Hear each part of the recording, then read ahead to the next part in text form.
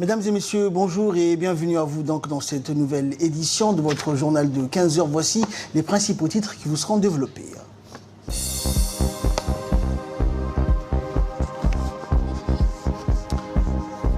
Le ministre du Budget reçoit une délégation chinoise, notamment de la Banque de Chine.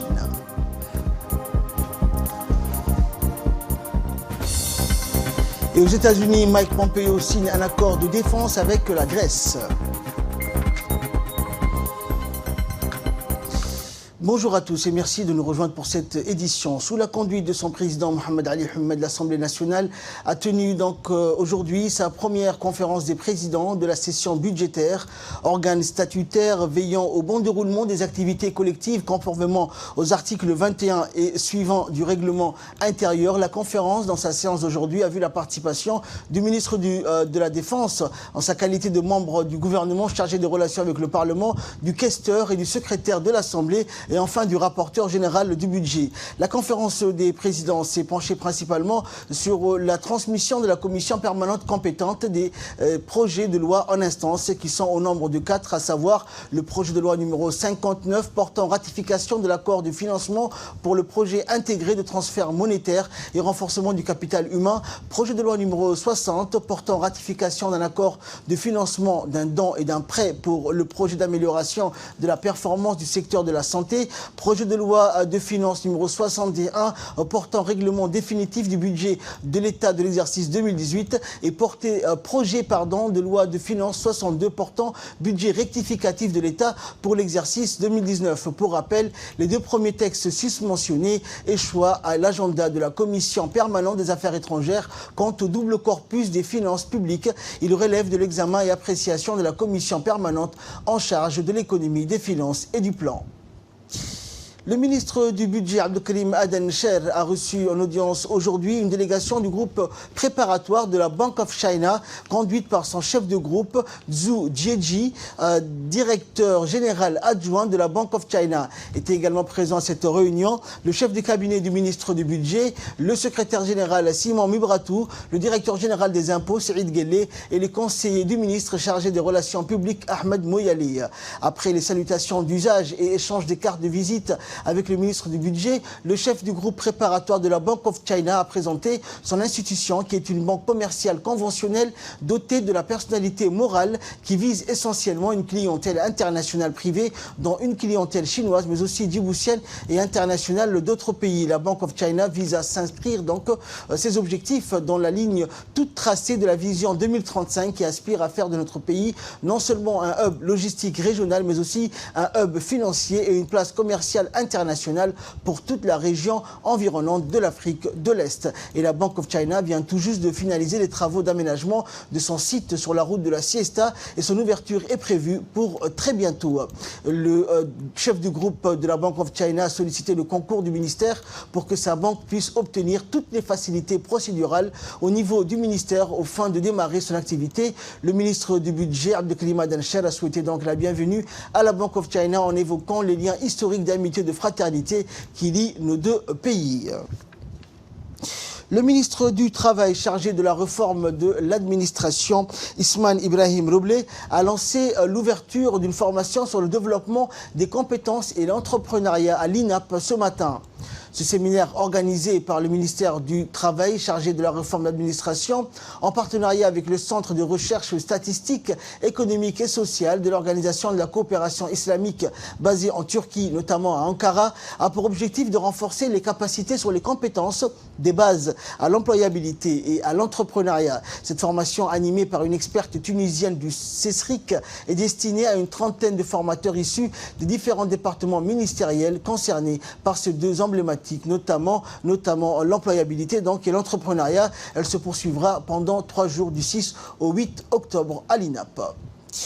Et dans la journée d'hier, le général de corps d'armée Zakaria Cheikh Ibrahim, chef d'état-major général des armées, a entrepris une inspection des cités militaires occupées par les forces armées djiboutiennes. Cette inspection s'inscrit dans le cadre de la maintenance et de l'entretien des cités militaires. L'objectif, de cette visite était de s'acquérir de l'état de lieu des résidences mises à la disposition des militaires. Était à l'honneur ce jour la cité Grand Boulaos.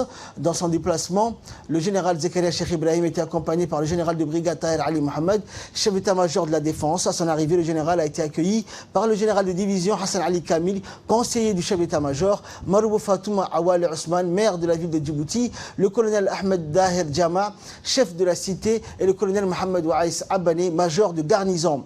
Après les salutations d'usage, le SEMGA est venu au devant d'une foule d'enfants de parents militaires. Cette marée humaine donc constituée des enfants des parents militaires et de leurs mères d'un côté et de l'autre côté des militaires, hommes et femmes, ont formé une haie d'honneur pour souhaiter la bienvenue au chef d'état-major général des armées.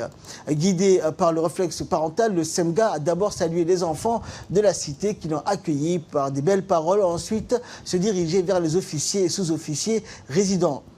Au terme des messages de bienvenue, le général Zakaria Cheikh Ibrahim a entamé la visite d'inspection composée de 6 bâtiments constitués de 12 appartements chacun et de 20 villas basses. Le général Zakaria Cheikh Ibrahim a inspecté minutieusement chaque recoin pour avoir une idée précise et concise de l'état de la cité.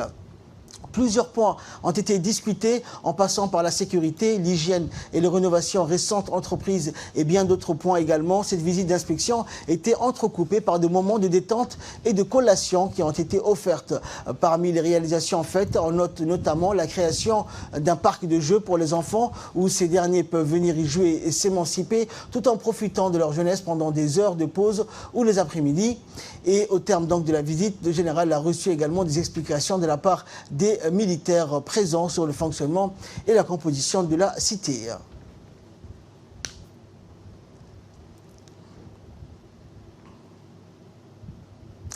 Au terme de la visite d'inspection, le général Zakaria Cheikh Ibrahim, chef d'état-major général des armées, les invités ainsi que l'ensemble des résidents de la cité Grand Boulaos se sont installés à l'intérieur d'une grande tente climatisée dressée pour l'occasion. La cérémonie a débuté par quelques versets du Saint-Coran et l'hymne national, écoutant donc l'hymne national chanté par les enfants de la cité.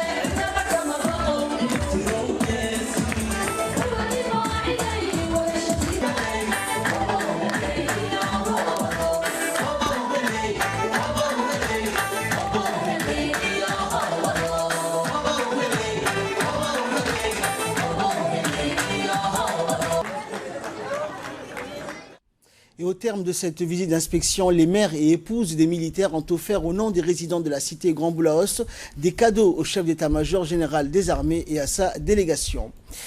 Et dans le cadre de l'évaluation des cités militaires occupées par les membres des forces armées djiboutiennes, le général de corps d'armée Zakaria Cheikh Ibrahim, chef d'état-major général des armées, a entrepris par la suite une inspection des dites cités militaires. L'objectif recherché était de s'acquérir de l'état de lieu des résidences mises à la disposition des militaires. La première visite a été consacrée à la cité de l'aéroport. À son arrivée, le chef d'état-major général des armées, le général de corps d'armée Zakaria Cheikh Ibrahim, a été donc accueilli par le conseiller du général Hassan Ali Kamil et par le chef d'état-major à la défense. Après les salutations d'usage, le SEMGA est venu saluer en premier lieu les membres de la délégation suivie des officiers et sous-officiers résidant à la cité de l'aéroport. Puis vint le tour des épouses des militaires de la cité. Et enfin, le chef d'état-major des armées est venu au-devant d'une foule d'enfants des parents militaires. Cette marée humaine, constituée donc des enfants des parents militaires, qu'encadrés par les mères et épouses des militaires, a souhaité la bienvenue au chef d'état-major général des armées. Au terme des messages de bienvenue, le général Zakaria Cheikh Ibrahim a entamé la visite d'inspection. Cette cité est constituée que des villas basses, ce qui rend l'accès et l'inspection beaucoup plus pratique. Ainsi, de par cette visite, le général Zakaria Cheikh Ibrahim a pu avoir une idée précise et concise de l'état de la cité. Et au terme de cette visite, le général Zakaria Cheikh Ibrahim et sa délégation se sont installés dans une tente autour d'un repas chaud pour profiter ensemble d'un moment de détente. C'était donc le moment idéal pour échanger avec le chef d'état-major général des armées des difficultés auxquelles font face les habitants de la cité, des réalisations et des perspectives du futur. Et avant de clôturer cette visite d'inspection, les mères et épouses des militaires ont également offert ici des présents au chef d'état-major général des armées et à sa délégation. La photo des familles a clôturé cette visite d'inspection. Également dans l'actualité, dans le cadre de la redynamisation des centres de développement communautaire, la direction des CDC a organisé une journée dédiée à la fête du sport appelée Undokai le samedi, donc hier, au CDC de quartier 7 bis.